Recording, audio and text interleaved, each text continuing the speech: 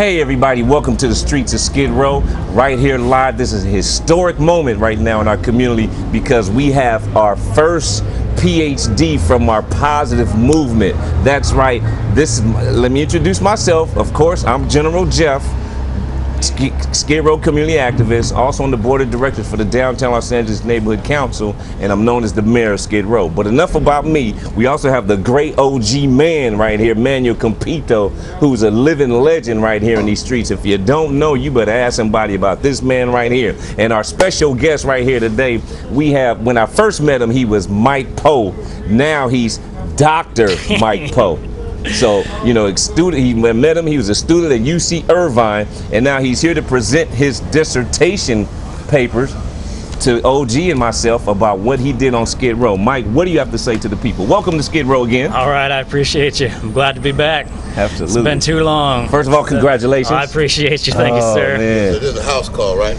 Doctors make house calls. No, I'm not that kind of doctor, you know that. Yeah, I'm glad to be here. I'm proud to present, give both of you guys a copy of the full dissertation. Wow. It's a big document. Yeah, this is the big stuff. It's something like 260 pages. Wow. A few years of work. Yeah. I'm quite proud of it. Did you type all this up? I did. Those are all my own words. Wow. General Jeff, he was actually my first interviewee back in July of 2008. I believe. Absolutely. So it's been a couple years, more than 2 years since then even. And OG I met through the Skid Row 3-on-3 Streetball League, a very important institution out here.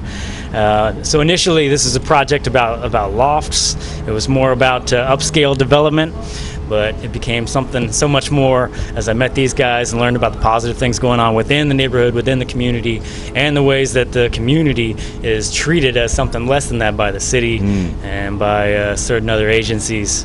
You got touched by Skid Row. You got touched, huh? I did. Well, these two are critical figures for the positive movement going on within Skid Row. Not to mention the videographer himself, Michael Blaze from the Skid Row Photography Club, very important cultural institution. Got involved with the art walk, downtown art walk. But General Jeff, I met him at one of these Skid Row watch walks that the Central City East Association puts on Wednesday nights. We just got to talking, and he knows a lot of people and was more than willing to help and chat with me, and had a lot of really intelligent, sharp, incisive, focused things to say about the community and the neighborhood. And then OG, he's the OG. He knows the commissioner of the Streetball League, very well connected individual, very positive individual. Just learned a lot from these two men. Probably more quotes in this dissertation from these two gentlemen than anyone else. So you'd be proud to have this in your hand. Why don't you tell us your impression of the whole process? Well, I haven't read everything, but I had an opportunity. I was more concerned about his first motives for writing it, and I'm more concerned about the statistics that you bring and the information that you bring about this whole loft development, because you got some historical stuff. It's not just so much here. You go back to New York and the concepts and everything.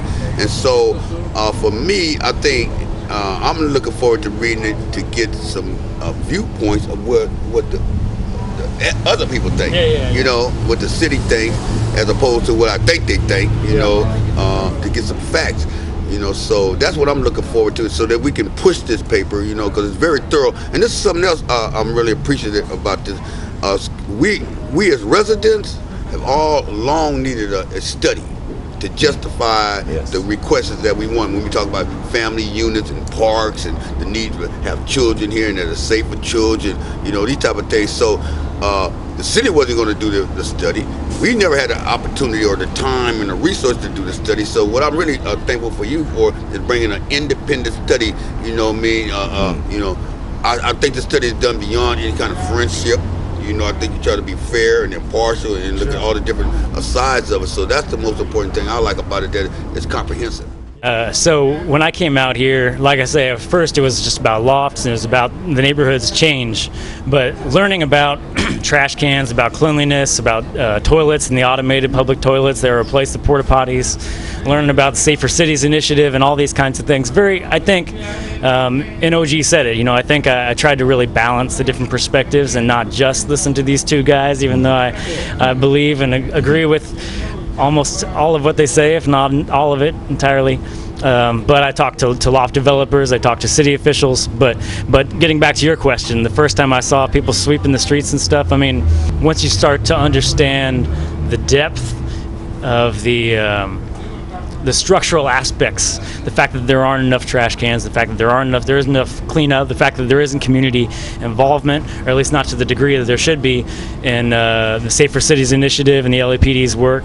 You know, if it resembled something more like community policing, it would be a partnership. And what I'm hearing and what I have been hearing is that that's not the case at all. It's been mostly enforcement and less enhancement and outreach, as it was supposed to be in its initial stages in 2007. General Jeff, how do you think this body of information can benefit everyone? Well, first of all, it's definitely a great read. I'll say that because, as OG alluded to, it's got so much depth in terms of the research. It's very extensive research, almost 300 pages worth of material. And, you know, we've got quotes, you know, reference materials, and then Dr. Powe's his own philosophical additions to it as well. So it'll be a great read. And so I think on a case-by-case basis, each individual that reads this will take something from it on their own. It depends on where their mindset is. And I think that it's something that you have to read quite a few times. And every time you read it, you're going to notice something different. But I also want to take this time to thank and as well as congratulate the University of California at Irvine, UC Irvine, for producing such incredible students and also motivating them to the other students to go out and about, because we're kind of far away from the school, but he took it upon himself to go where he felt needed to get the job done. And so, like I said, this is an actual copy of his dissertation, and he successfully defended his research. So let's get it there. It's officially PhD. Any professors, anybody you want to give a props to? Oh, sure. I mean, the three people on the cover there: Scott Bullens, my advisor, who's now just moved to New York, Kristen Day, and Rudy Torres, who's originally from East LA himself. He was, and he's really interested in all these kind of issues. I know all of them were, I think, impressed with the work. So I hope you guys will be too once you get into it, get into reading it. We're sending the doctor off to Skid Row in Seattle. Take good care of him, or send him back. I appreciate it. I'm so pleased to be out here with these two gentlemen. I'm humbled. These guys, tremendous help to this project, and couldn't have done it without y'all. It would have been boring without y'all. Some kind of policy study. Yeah. I'll step out on a limb and say they really don't take to everybody. I mean, for real. Good week with 25 years, we don't trust everybody.